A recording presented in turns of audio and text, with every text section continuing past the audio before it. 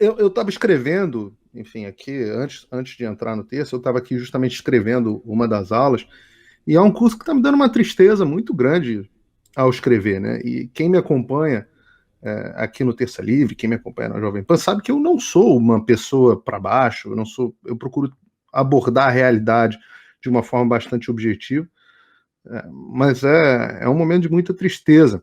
É um momento de tristeza porque os Estados Unidos, eles não são simplesmente um país que a gente gosta, que a gente acha legal, não se trata de torcer para o Trump, se trata de. Os Estados Unidos são os fiadores das nossas liberdades. Todas as liberdades que nós temos, elas são são inspiradas pelos Estados Unidos, né? Todos os modelos de república que a gente tem, os modelos de liberdade individuais, de liberdade de expressão, liberdade religiosa, é, enfim, a forma de nós elegermos os nossos próprios governantes, a maneira de você ter uma sociedade focada não em equity, mas em equality, né? A ideia onde você tem igualdade de oportunidades, onde todo mundo vai construir uma vida melhor. O Dinesh de Souza tem uma frase que eu acho maravilhosa, que ele diz o seguinte: a América é o país onde você escreve o roteiro da sua própria vida. E isso, de uma maneira ou de outra, vem sendo copiado pelos países. Cada um dos países copia isso. O Brasil, de alguma forma, não da melhor forma, mas é muito inspirado nos Estados Unidos. Todas as democracias ocidentais, de uma certa forma, se inspiraram nos Estados Unidos. Alguns exemplos muito bem-sucedidos, outros menos bem-sucedidos, mas todos tiveram inspiração nos Estados Unidos. E depois, a manutenção dessa liberdade foi garantida pelos Estados Unidos durante toda a história. Eu sempre digo assim, por que vocês acham que a gente vive o período de maior paz no mundo? Né? O meu professor quando eu fiz um curso de Relações Internacionais na London School of Economics, e eles têm uma visão bastante, eles chamam de liberal, eu chamo de esquerdista, né? Bem globalista, é o berço do socialismo fabiano, a London School of Economics. E eu estudei lá. E o meu professor, num dia, fez uma discussão em sala, falando assim, o que vocês atribuem o mundo, o Ocidente, viver no seu período de maior paz? E aí cada um deu uma visão, avanços nas legislações, melhoria nos direitos, não sei o que. Eu falei assim, não, a razão da gente ter a maior paz é uma só. Aí ficou um silêncio assim, me perguntaram, qual é a razão? Eu falei, os Estados Unidos têm o maior porrete. Aí ficou todo mundo assim. Eu falei, é claro, os Estados Unidos têm o maior porrete. Você tem alguma dúvida disso? Entrega o porrete na mão da Rússia para ver o que acontece. Entrega o maior porrete na mão da China para ver o que acontece. Ah, não, você está fazendo conjecturas. Eu falei, eu estou fazendo conjecturas? Pergunta para todos os países que viveram sob a cortina de ferro comunista se eu estou fazendo conjecturas. Pergunta para o Tibete se eu estou fazendo conjecturas. Pergunta para Taiwan se eu estou fazendo conjecturas. Essa não é uma conjectura.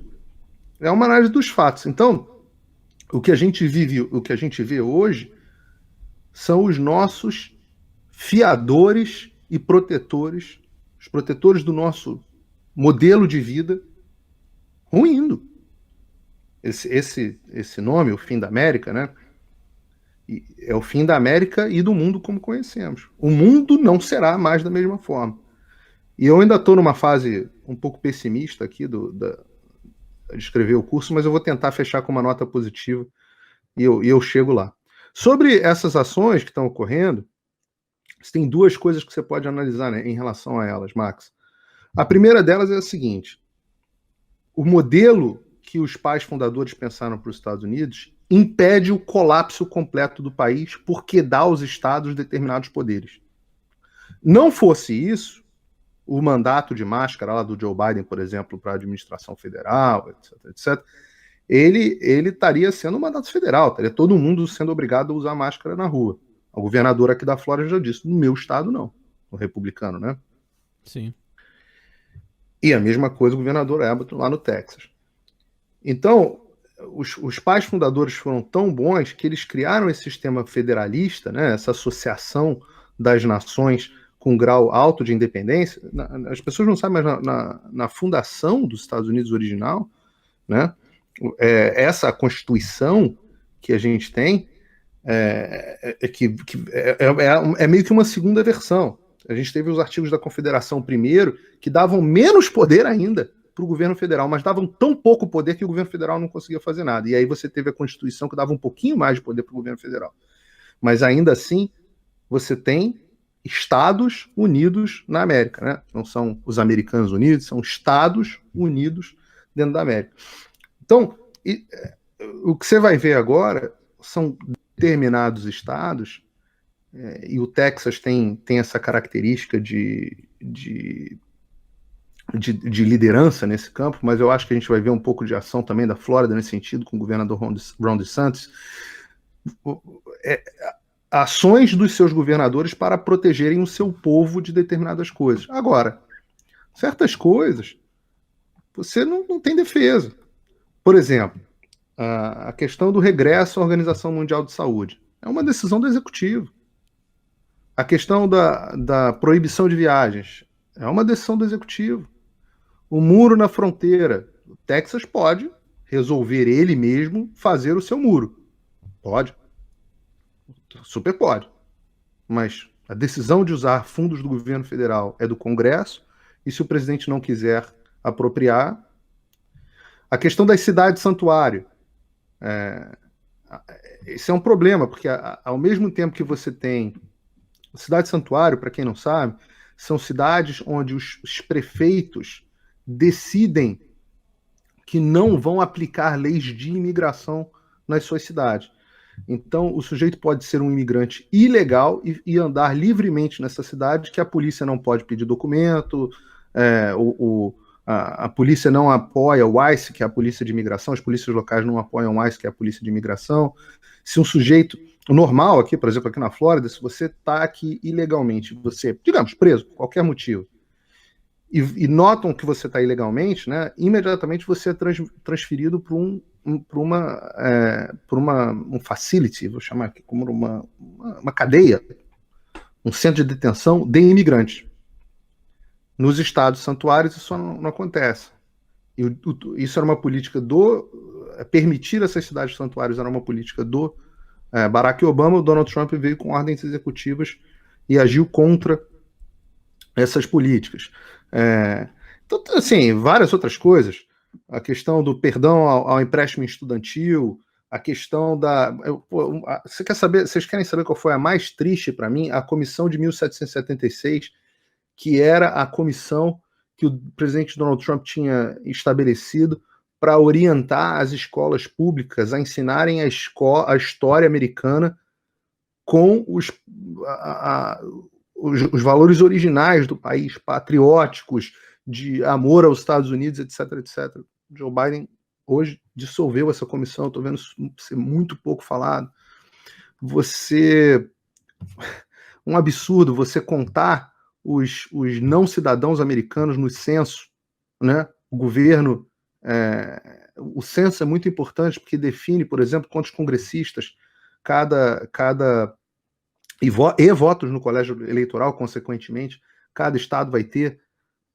Joe Biden mandou contar imigrantes ilegais dentro do censo, isso devolveria a determinados estados com não cidadãos, devolveria a eles recursos federais e essa votação, ou seja, dá mais poder aos estados democratas.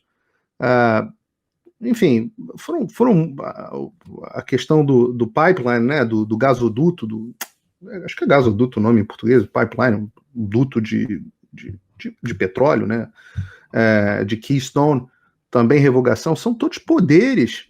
A saída, a volta ao Acordo Climático de Paris, certamente vamos ver aqui nos próximos dias alguma coisa em relação ao Irã. Todas essas ações, apesar a gente pode ver algumas batalhas judiciais e tal, mas é muito mais para criar alguma resistência.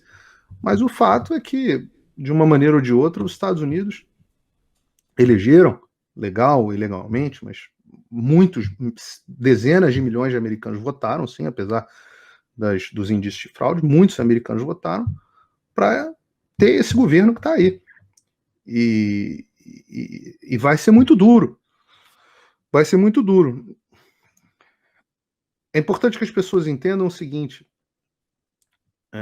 essas coisas todas que estão acontecendo, elas não foram criadas pelo Joe Biden. O Joe Biden foi criado por essas coisas todas que estão acontecendo.